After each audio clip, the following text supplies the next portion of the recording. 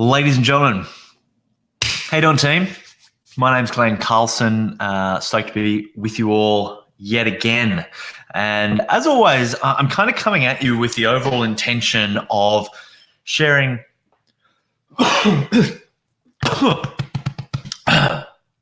sharing a cough. Sharing what I've learned and tools that I've learned that have helped me accelerate my entrepreneur journey, things that my clients and alumni of our Key Person of Influence program have used to accelerate their entrepreneurial journey. I'm trying to package it all up in a way to help you accelerate your entrepreneurial journey as well. I am in the middle of a multi-part series. I reckon there's 3 parts to go on how I'm prepping for a recession. Now, there's 2 things that I kind of want to say on this. The first of all, the Australian economy is absolutely tightening up, but at the same time, I'm not trying to be alarmist. In no way is that what this is about. However, I do want to prepare you. I've been through 3 economic cycles now because of the international nature of my business, and I promise you, compared to London and Europe, Australia has not suffered at all, or the US. In comparison to some of those other global economies. And so I want to share what I've learned in running a business that has proven itself to be able to weather those storms and in actual fact thrive in those kind of environments. In fact, the entire Key Person of Influence accelerator and what became Dent as a global group was forged and founded in the afterglow of the global financial crisis in London. So if I switch gears and just kind of show you a super quick summary of the kind of methodology that we think about, right? So you can see it's the crash methodology. C stands for creating a cash buffer. And I'm not just saying that in a glib kind of like, duh, no shit, Sherlock kind of way. If you go back to my first video. And by the way, if you're checking this out on a variety of actual platforms, if you go to glenncarlson.live,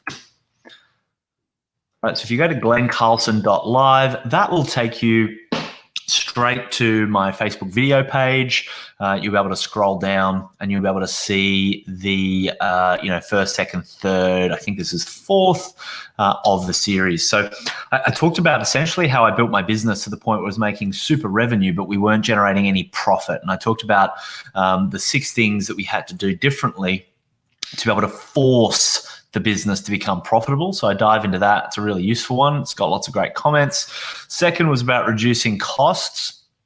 And then the third was around reducing complexity. And I give some specific architectures. This is not just like, hey, you should do this. It's actually how to go about. There's some models, there's some tools for prioritizing, exploring, etc.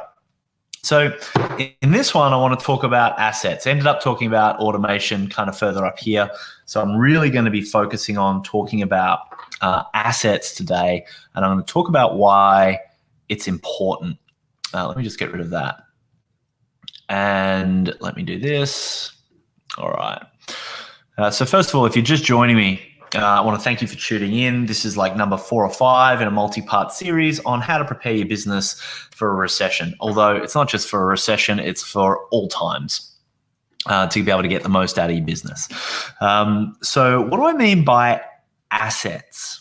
Well, first of all, let's talk about a number that is a number that is pretty bad if you don't have assets. And look, I'm just going to talk a super top level, so anyone listening can kind of get instant value from this, whether you're a one-man kind of consultant or a one-man band, all the way through to typically my audience are up to about 15 employees in their business. So let's just say you don't have hardcore visibility into your P&L, your cash flow, right? It's often something that can take new business owners a little while to get into. So let's just use revenue per full-time employee, right? In fact, it might help if I do this. Let's go to this number, and I'm going to talk to you about why this number is important, right? So let's call it revenue, right? How much money you make per full-time employee. So if you're making 250 grand a year and it's just you, right? Well, you have an equivalent of 250,000 per full-time employee, which is you. If you're doing $1 million in revenue and you have 10 employees, you have, or you're doing 100,000 revenue per full-time employee. Now, a rule of thumb, and look, every industry has slightly different metrics. I'm just looking for a different colored pen, which I can't find. So I'm going to use green. But for a typical service business, anything less than $250,000 a year per full-time employee is inefficient. If I had a red pen, I would have used my red pen. It's inefficient. Now, why is it inefficient? Well, what we tend to do is we start a business, we don't have a lot of resources, and so what do? We do it ourselves. Now, what's actually happening there is we're pushing our time, the founder's time, at the problem. And if we do that enough and we run hard and we got energy, enthusiasm, hey, George, hope you're well. Thanks for tuning in.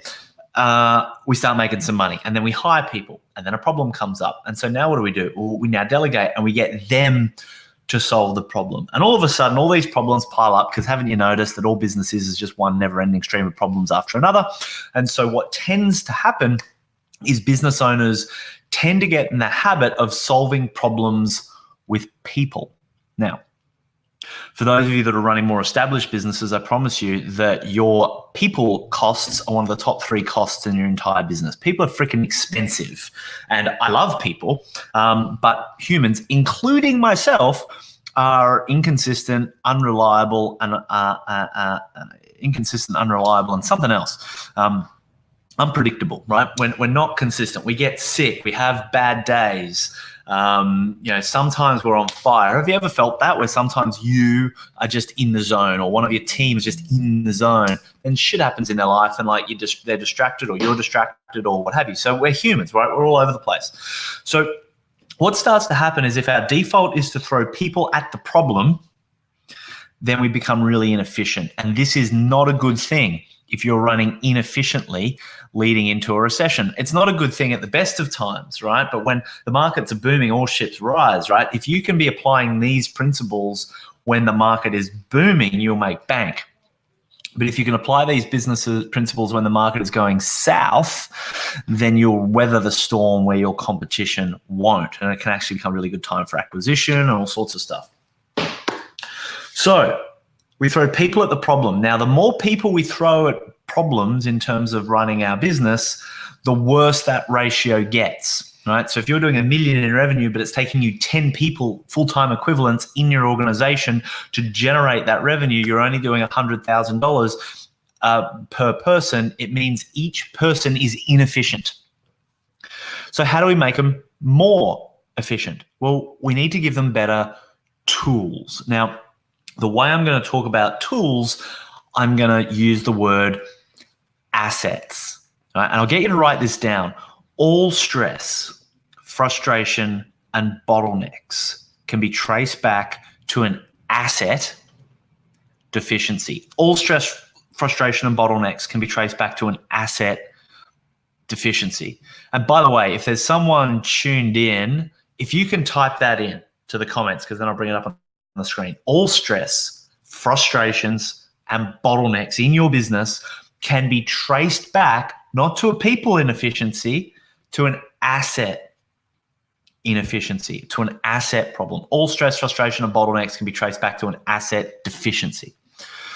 I made my point. I think I said that like 5 times. Okay, so what's an asset? This is important because a lot of people go, oh, a system, that's what it's a process. No, an asset is so much more. Those things can be an asset, but an asset is so much more than just those things.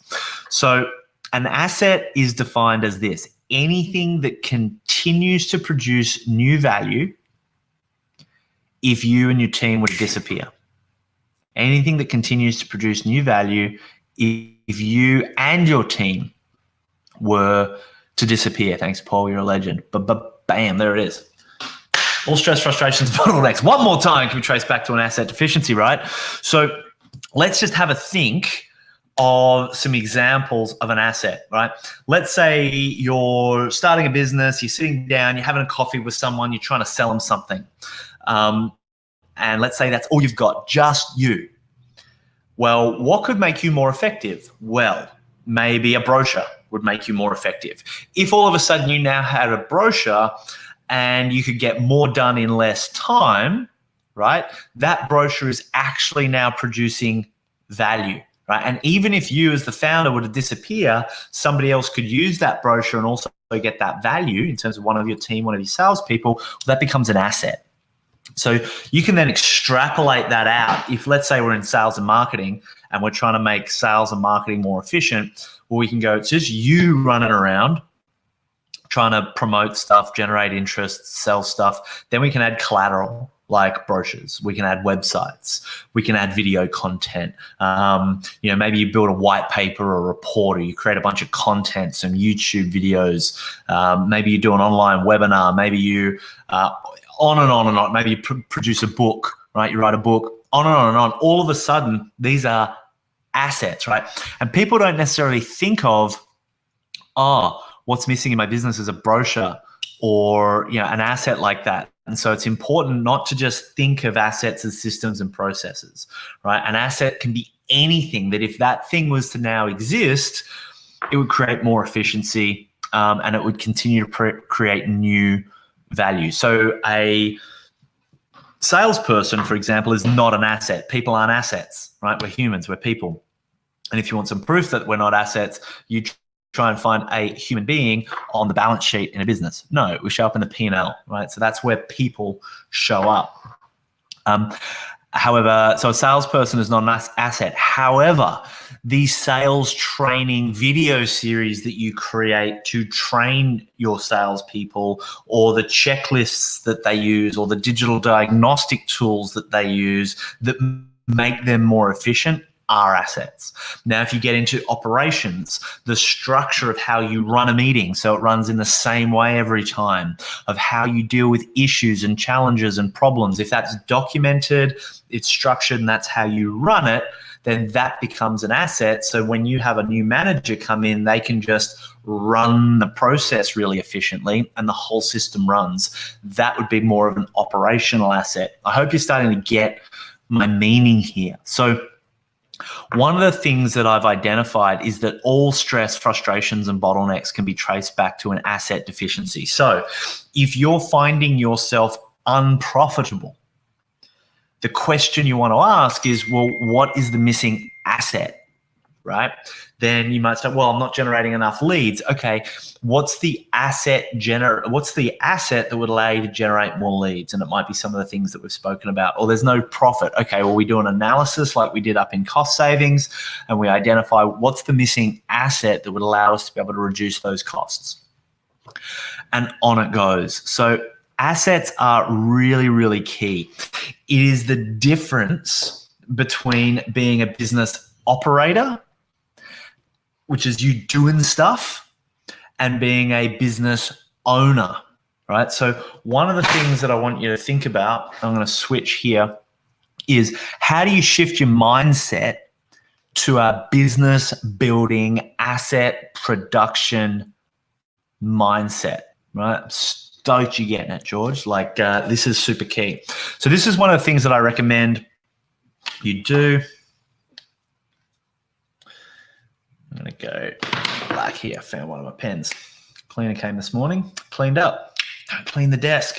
So everyone, you need me to switch. All right. So most of you will have a to-do list. Now, what I'm going to suggest is whatever tool you use for your to-do list. I use Trello. If all you do is have a to-do list, you will end up doing a lot of stuff, right? So this will keep you stuck in the business which is not where most people want to be. Most people got into business to be able to actually build a business that gives them time, freedom, etc.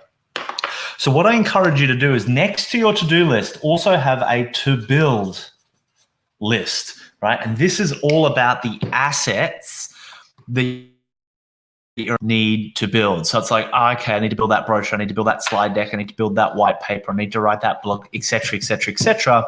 Where if you built all those things, you would actually need to do a lot less stuff. You would need less people to achieve the same outcome, meaning that the more assets you have, the higher that ratio of revenue per full-time employee gets. So currently my business runs at about 385,000 revenue per full-time employee, which is good. And we're always looking to move the needle up. How do we use more technology? How do we use more intellectual property? How do we leverage our ideas more? And everyone in our team is thinking about assets. And finally, there is the to stop list. So this comes back up to point number 2, which is how do we create efficiencies in our business, or how do we create more efficiencies? And we've got to create the difference between high value activities and low value activities. So the to stop list is very much what are the low value things that are just dumb things for you to be doing as a founder, right? So if you're still doing your inbox, that is secretarial work, right? And if you're trying to get ahead by doing secretarial work, I promise you it ain't going to get you there. Now, I don't mean to be disrespectful to secretaries, but I'm broadcasting to key people of influence and to people that have thousands and thousands of dollars per hour, right? And so if you're stuck doing like $15 to $20 an hour work, if I was on your board of directors, I would say that's an irresponsible deployment of capital, right? And I give you a clip around the ears for it. So the to stop list is you objectively looking at, and no excuses allowed, right? This is the thing. With all sorts of excuses, justifications, and rationalizations for poor performance. I can't delegate my inbox because of this, that, and the other. And I'm here to say, just ignore all those, write the list, and then solve the problem. So what that means is you end up getting clear on what you need to delegate. You end up getting clear on the assets you need to build, and that's a lot more effective. If you have an asset-driven business, it's like a property. If you go away for a holiday, your property doesn't plummet in value because it is a combination of assets. It's got a kitchen and it's got bedrooms. One of the things I want you to think about, and if you haven't yet jumped on my webinar, kpiwebinar.com, what I talk about on there are the 5 core assets that you've got to build in your business if you want to show up as the go-to person. It's essentially like renovating 5 bedrooms in your house, but it'll give you a far, far greater yield and return on your money. So assets, the production of assets, and having that built in as a culture. So every meeting that we have as a team, every week we're going in and we're looking at what's on the build list. My team are identifying what are the frustrations and problems that they're experiencing, and they're identifying what are the missing assets and then going into production of those on their own. This is the key, getting your team speaking the language of asset production. This is what builds an efficient business. This is what will help you weather any kind of a downturn and keep you cashed up to help you make the most of the times we're in. Ladies and gentlemen, that's all for me today. My name's Glenn Carlson. By the way, all this is going to be compressed into a white paper. It's an exercise in repurposing. So if you would like a copy of that, make sure you hit me up in the comments below. The more comments, the more likes, the more tags, the more things like that, the more Facebook likes to push this out to more people. So I would appreciate that. And do check out kpiwebinar.com if you're picking up what I'm putting down, and I'll see you on the flip side. Over and out.